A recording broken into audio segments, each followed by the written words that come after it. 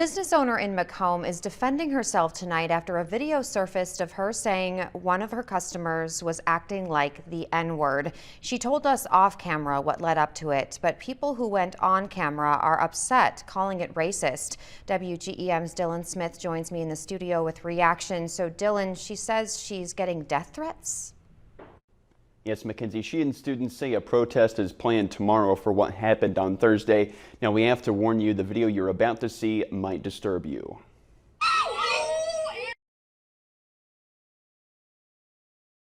What did you just call me? Listen, call the police. Get out of my store.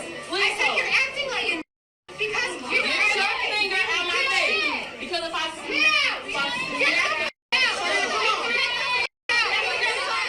Spirit in the Sky owner Celine Cross says she was at her wit's end when this happened. She says the store was full with customers, some of whom she says were acting disrespectfully, and she says she doesn't regret what she said. I said you're acting like an because But those who saw this happen firsthand say it's inexcusable. The situations where you say, like, I would hope that it never happened to me, you know? It was one of them. Princess McCullough was at Cross's store with her friends. She says that the incident happened when one of them told Cross that she'd called her the N-word the day before, which Cross denies. Saying the hard ER, I never heard that here in Macomb before. Cross says she's never called anyone the N-word, but her employee Elizabeth Peterson, who was working that Thursday, says otherwise. I just kind of stared at everybody and I'm like, did you hear that? And everybody was like, yeah, that's messed up. You can't say that. And then it gradually turned into her turning around, yelling at everybody the N-word, calling everyone that. The next morning, Mayor Michael Inman says he talked with the students involved along with the WIU administration. He saw the video. He calls it appalling. It was difficult to listen to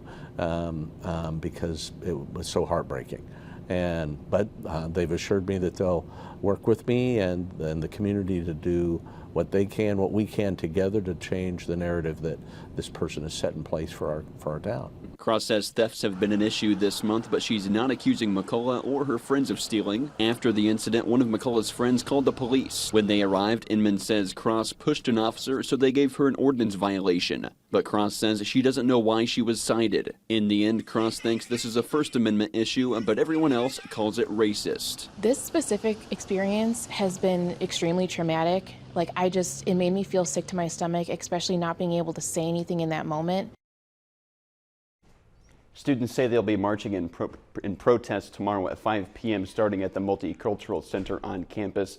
Inman says if Cross had a liquor license or any other type of city oversight, he would have taken the steps to get that suspended. Mackenzie? Okay, thank you, Dylan. And Inman says he's meeting with WIU's Student Government Association 1 week from tomorrow. Meanwhile, on Friday, WIU President Guiyu Huang sent out a statement to the campus community saying, quote, "This is not a time to be silent. We must publicly denounce this clear act of racism toward our students. Racist acts, no matter how subtle or overt, cannot be ignored and will not be tolerated."